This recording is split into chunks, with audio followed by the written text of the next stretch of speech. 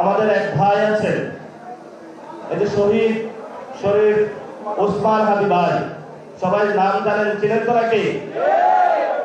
ওনাকে হলো বাংলাদেশের পক্ষে কথা বলার জন্য, বাংলাদেশের সার্বভৌমত্ব, ভারতীয় আধিপত্যবাদের বিরুদ্ধে কথা বলার জন্য দিনে দুপুরে মাথার এপাশে গুলি করে খুন করা হয়েছে এবং গুলি এপাশ দিয়ে ঢুকেছে, ওই পাশ দিয়ে বের হয়ে গিয়েছিল। আমরা দীর্ঘদিন আজকে ৭৫তম দিন যাচ্ছে বা তার চেয়েও বেশি সরকারের কাছে আকুতি জানাচ্ছি যে এটা বিচার প্রক্রিয়া নিয়ে সামনে আগানোর জন্য।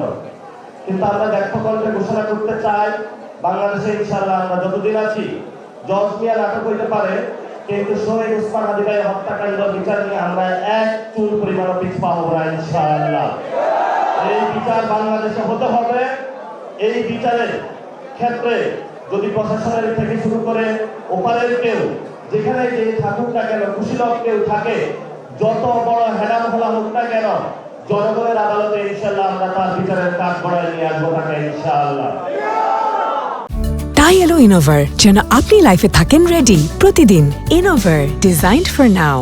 আরেকটি বিষয় যেটা আমি ইশতেহারে বলেছিলাম, দেখেন আমাদের তরুণদের কিন্তু চাকরি নাই, তরুণরা ব্যবসা বাণিজ্য করতে পারছে না। যদি এটা না করতে পারে বাংলাদেশের ইকোনমিক গ্রোথ হবে না। আর সেটাতে বাধা কোন জায়গায়?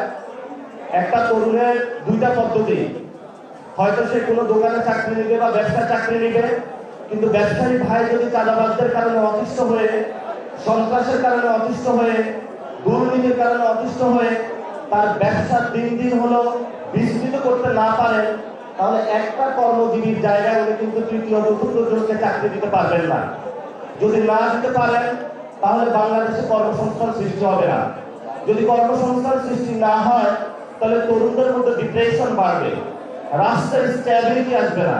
রাষ্ট্রের যদি স্ট্যাবিলিটি না আসে তাহলে বাহিরের যে রাষ্ট্রগুলো সেগুলো এখানে এই ফায়দা বা সুযোগ নেওয়ার চেষ্টা করবে।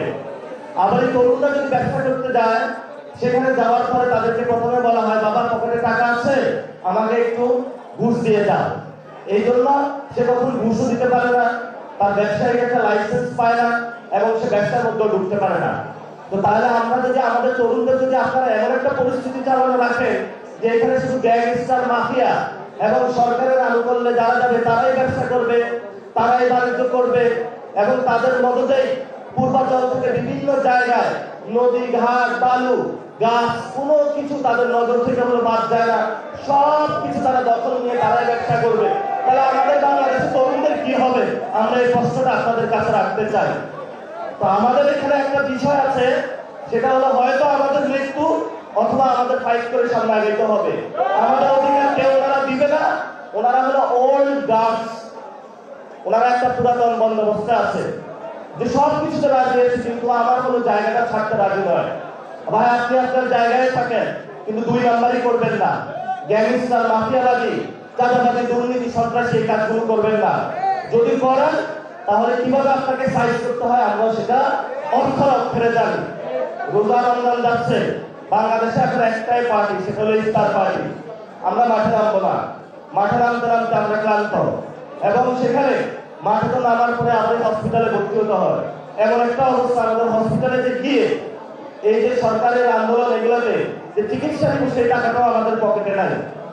এমন পরিস্থিতিতে তরুণদের যদি আপনি এমন একটা জায়গায় নিয়ে যান যেখানে তাদের, যেটা শেখ হাসিনা নিয়ে গিয়েছিল, যে আমরা কথা বলতে পারি না, কথা বললে রাজাকার বইলা হলো জেলে নিয়ে যেত, নামাজ পড়লে শিবির বলে নিয়ে যেত, এবং আমরা চাইছি হলো চাকরি হইতে, চাকরি দিতে হলো ছাত্রলীগে, চাকরি দিতে হলো যুবলীগে, আওয়ামী লীগে। আমরা কিন্তু খান খান করে দিচ্ছি হলো তার রাজত্ব, এখন হলো ইন্ডিয়া পালায় আছে। এই জন্য আমরা বলবো বাংলাদেশের সবচেয়ে জঘন্য একটা কর্মকাণ্ড শুরু হয়েছে, প্রশাসনে হলো দলীয় লোক দেওয়া, এবং প্রশাসনে যেটা হচ্ছে বাংলাদেশ ব্যাংকে একজন সুইটার ব্যবসায়ীকে এনে বসায় দিচ্ছে। দেখেন না আপনারা বিভিন্ন জায়গায় এই যে দুদক, যে এই দুদকের মধ্য দিয়ে কালো বিড়াল গুলো আপনারা ইতিহাস জানেন, বিভিন্ন জায়গায় দুর্নীতি করেছে, তাদেরকে ধরবে। সব গ্যাংস্টার এতদিন মালয়েশিয়া পালায় ছিল, থাইল্যান্ড পালায় ছিল, বিভিন্ন রাষ্ট্রে নেপালে পালায় ছিল, এগুলো সবগুলো এখন দেশের ভিতরে ঢুকছে। আমরা এই নতুন বাংলাদেশে তো তাদেরকে আসলে চাই না, কারণ আপনি যদি করতে হয় আপনি হেদায়েতের পথে আসতে হবে। যদি হেদায়েতের পথে না আসতে পারেন আমরা প্রতিদিন তাবলীগের পরে আপনার তাবলীগের মতো করে আপনার ঘরে যাব, হেদায়েতের দাওয়াত দিব, আল্লাহর রাস্তায় চাঁদাবাজি বন্ধ করেন, আল্লাহর রাস্তায় দুর্নীতি বন্ধ করেন, আল্লাহর রাস্তায় আপনারা সন্ত্রাসী কাজগুলো বন্ধ করেন।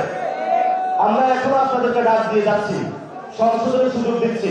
আমি শেষ করছি, যদি সংশোধন না হন তাহলে আপনারা ভয়ঙ্কর পরিস্থিতি কিন্তু তরুণদের মোকাবেলা করবেন। এখন আমরা কথা বলছি, কিন্তু সামনে কিন্তু আমরা কথা বলবো না।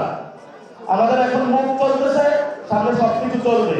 আমাদের হয়তো মৃত্যু অথবা নতুন বাংলাদেশ গঠন, এক চুলোতেও এটা থেকে আমাদেরকে সরাইতে পারবে না, কারণ আমরা এক আল্লাহ ছাড়া কাউকে ভয় পাই না। এটাই হলো আমাদের জীবনের যিনি রিজিকদাতা, মালিকদাতা, ওনাকে ছাড়া আমরা কাউকে ভয় পাই না, কাউকে আমাদের গুলার টাইম নাই। এই যে এখানে প্রধানমন্ত্রী শ্বশুর বাড়ি নাকি সিলেটে, আপনারা সিলেটের মানুষ অনেক সৌভাগ্যবান নাকি দুর্ভাগ্য জানি না। আমি রাস্তা দিয়ে আসতেছিলাম, পিঠ টিট গাছ আর সবকিছু মাথাটাতে ব্যথা হয়ে গেছে। আপনারা চলাফেরা করেন কেন, রাস্তার এত বেহাল দশা, এগুলো কি ঠিক হবে না? এটা সিলেটের সাংবাদিক ভাইরা, আপনারা একটু রাস্তাগুলো দেখাইবেন মিডিয়ার মাধ্যমে। এত বাজে অবস্থা রাস্তার, যেখানে যার পকেটে টাকা আছে ওইটা বিমান দিয়ে হলো এয়ারপোর্টে নিয়ে উত্তরা থেকে হলো ঢাকাতে কাজকর্ম করে। তো যে মানুষটা এখানে গরিব, যার পকেটে টাকা নাই, শ্রমিক, ওনার যদি অসুস্থ হয় তাহলে কিভাবে ঢাকায় নিয়ে যাবে? ওটা যাইতে চাইতেই হলো বেশি হয়ে যাবে। এই পরিস্থিতি আমরা চাই না, এটা উন্নয়ন করতে চাই। লাস্ট দুইটা কথা, আমাকে কালকে একজন মা ফোন দিল, বললো যে ওনার দুটা ছোট বাচ্চা আছে এবং রাতের বেলা বললো উনি ঘুমায় না।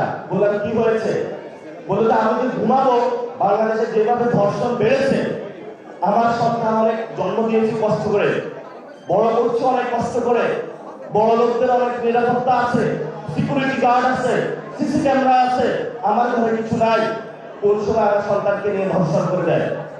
আগে হলো শুনতাম বিভিন্ন পোলাপাইনকে নিয়ে গুম করে ফেলতো, খুন করে ফেলতো। এখন একটা অসভ্য জগৎ এসেছে যেখানে হলো আমাদের সন্তানদের কোনো নিরাপত্তা নাই, রাতের বেলা নিয়ে ধর্ষণ করে ফেলে। খারাপের দিকে যাচ্ছি আমরা। আমরা সরকারকে অনুরোধ জানাবো, বাংলাদেশে ধর্ষণ বন্ধ করেন, মা বলতে নিরাপত্তা দিন, এবং মা বলতে যদি নিরাপত্তা না দিতে পারেন তাহলে নিজের ঘরে যে সন্তান আছে তাকে কষ্ট করুন যে কিভাবে নিরাপত্তা দিব, তুমি আমাকে সাজেশন দাও। এই জন্য আমরা বলবো, নতুন বাংলাদেশে আমরা এগুলো চাই না। আমরা কি সুন্দর বাংলাদেশ চাই, যেখানে আমরা সবাই মিলেমিশে থাকবো। একসাথে তো আন্দোলন করেছিলাম, জামায়াত ইসলামী ছিল, বিএনপি ছিল, সবাই ছিল। এখন সবাই সমস্যাটা হচ্ছে কি, এখন তাহলে মাফিয়া গ্যাংস্টার চাঁদাবাজি এগুলো কই থেকে আসে? এগুলো বন্ধ করতে হবে ভাই, আল্লাহ রাস্তা আপনারা। আমরা তরুণ প্রজন্ম যে কি দলের হোক, আমরা আপনাদেরকে ছাড় দিব না ইনশাআল্লাহ, এক পরিবারও ছাড় দিব না।